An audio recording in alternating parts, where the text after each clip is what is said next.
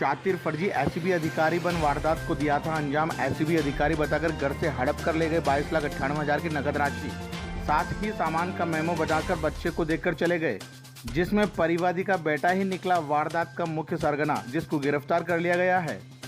Online game में रुपए हारने के कारण काफी कर्ज में डूब चुका था यह शख्स। इस वजह से अपने दोस्तों के साथ मिलकर वारदात को दिया अंजाम। पुलिस उपायुक्त जयपुर पूर्व अभिजीत सिंह ने वारदात का पूरा खुलासा किया है। नवभारत समाचार जयपुर राजस्थान से अशोक कुमार शर्मा की ग्राउंड रिपोर्ट।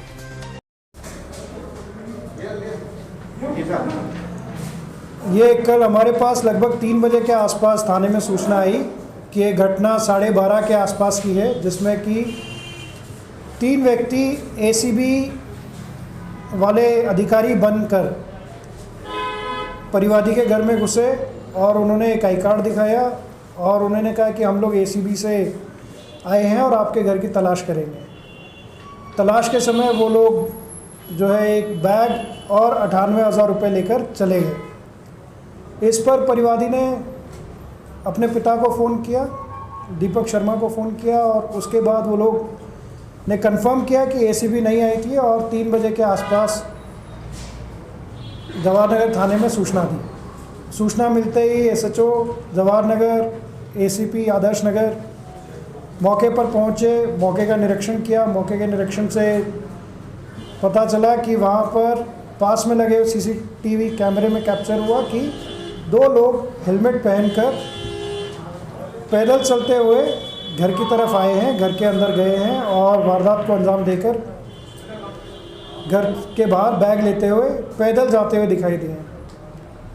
उसके बाद सीसीटीवी कैमरे फुटेज की अच्छे से गहनता की गई और जो परिवादी हैं उनसे पूछताछ की गई। परिवादी के पुत्र विदित शर्मा से पूछताछ के दौरान विदित शर्मा के स्टेटमेंट एक समान नहीं मिले, जिस पर उस पर शक हुआ। उनका मोबाइल फ़ोन चेक किया गया, उनसे बात की गई तो उन्होंने इसको बताया कि वो खुद से काफ़ी समय से बिटकॉइन में इन्वेस्ट कर रहा है और अपने माता पिता से लोन लेकर, उनके नाम पर लोन लेकर, उनसे पैसे उधार लेकर एवं दोस्तों से पैसे उधार लेकर उसने बिटकॉइन में पैसे लगा रखे हैं, जिसमें कि वो बिटकॉइन में काफ़ी पैसे का घाटा खा चुका है। उस घाटे की पूर्ति करने के लिए उसने इस घटना को अंजाम दिया, जिसमें कि उसे मालूम था कि घर में पैसे रखे हुए हैं। उसने अपने परिचित मित्रों को फ़ोन किया और फ़ोन करके उनको जो है ये प्लान किया। उसने एसीबी की जो रोज़ की कार्रवाई होती है उसको अखबार में देखते हुए उसने प्लान किया कि इसको एसीबी की कार्रवाई का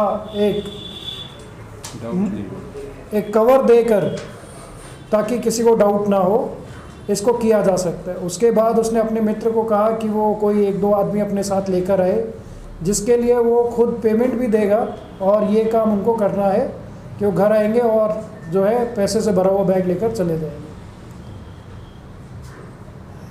इसमें अभी बाकी आरोपी मुजरिमों की तलाश जारी है और जल्द ही इसमें बाकी आरोपियों का खुलासा भी किया जाएगा।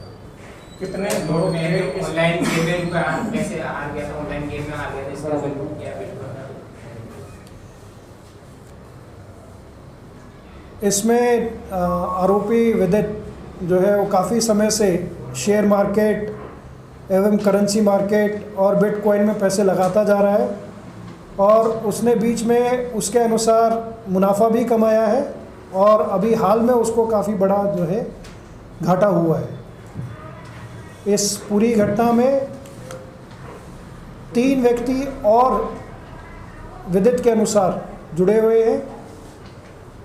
उसकी 3 व्यक्तियों से बात हुई थी इसमें कि 3 व्यक्ति आएंगे और वो इस घटना को अंजाम करके जाएंगे। इस पूरी घटना के लिए उसने एसीबी का लोगो डाउनलोड किया है, खुद से एक एसीबी का सीजर लिस्ट बनाकर जो है तैयार करके प्रिंट आउट करके उन लोगों को दी है और उसको साइन भी किया है, जो कि वो लोग अपने साथ लेकर चले गए। उसकी एक फ़ोटो प्रति जो है इसने अपने फ़ोन में रखी थी साइन शुदा, जिससे कि देखने से ही प्रतीत होता है कि ये एसीबी का नहीं है। और पूछताछ करने पर उसने बताया कि जो आरोपी थे उनके पास एसीबी का कोई आई कार्ड नहीं था। ये इसने खुद अपनी कहानी बनाने के लिए ये सब बातें बताई थी।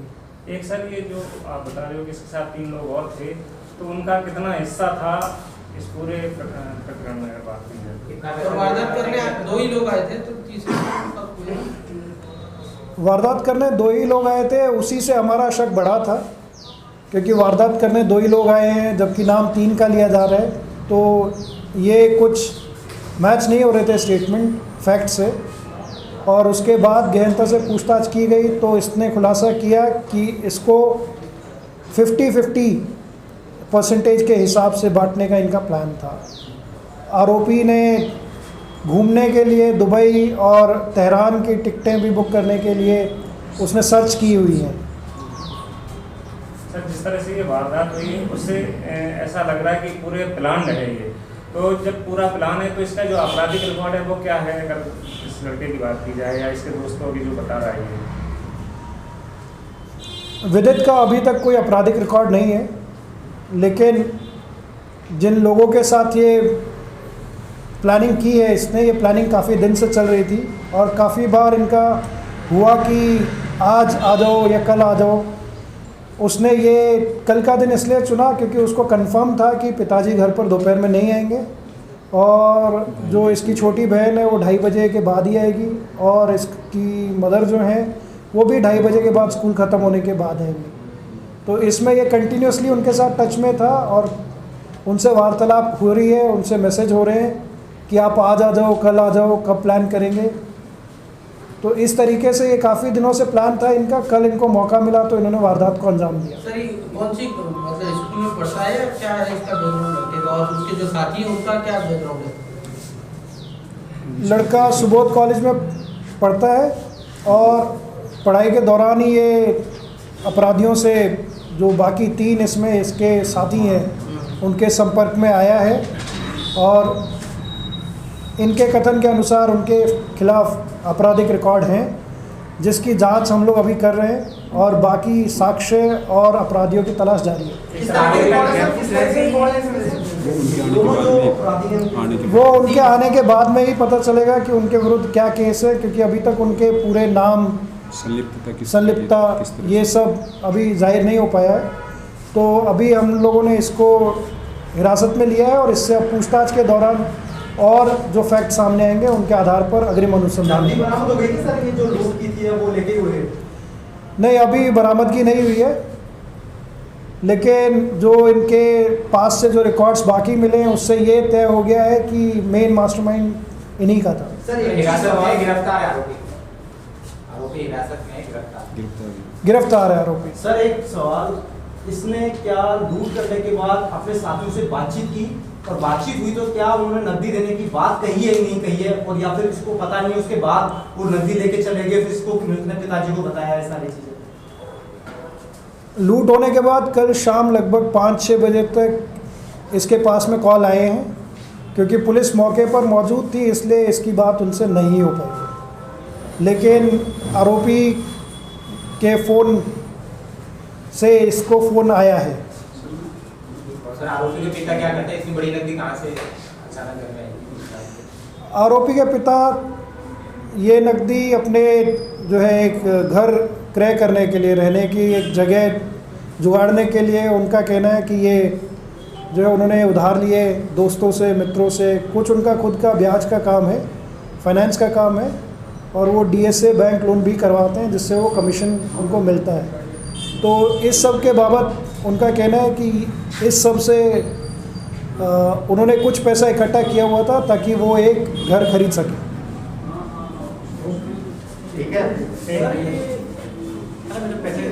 किस टाइप के थे सर? 3 थे ये, 3 थे कुछ ऐसे थे, ये बात प्रॉपर्ली यही की है इसलिए बात से। आरोपी मूलतः जयपुर के ही है, बाहर के नहीं है। आरोपियों से विदित की पहचान है, वो उनसे मिलता है और उनके साथ उठना बैठना भी है। सर, 2 जने आए थे वारदात करने, तो तीसरे व्यक्ति का क्या इसमें रोल था? अभी ये जांच अधीन है। हम लोग जो है इसकी जांच कर रहे हैं कि बाकियों का क्या रोल था और इसमें जल्दी आपको बता दिया जाएगा।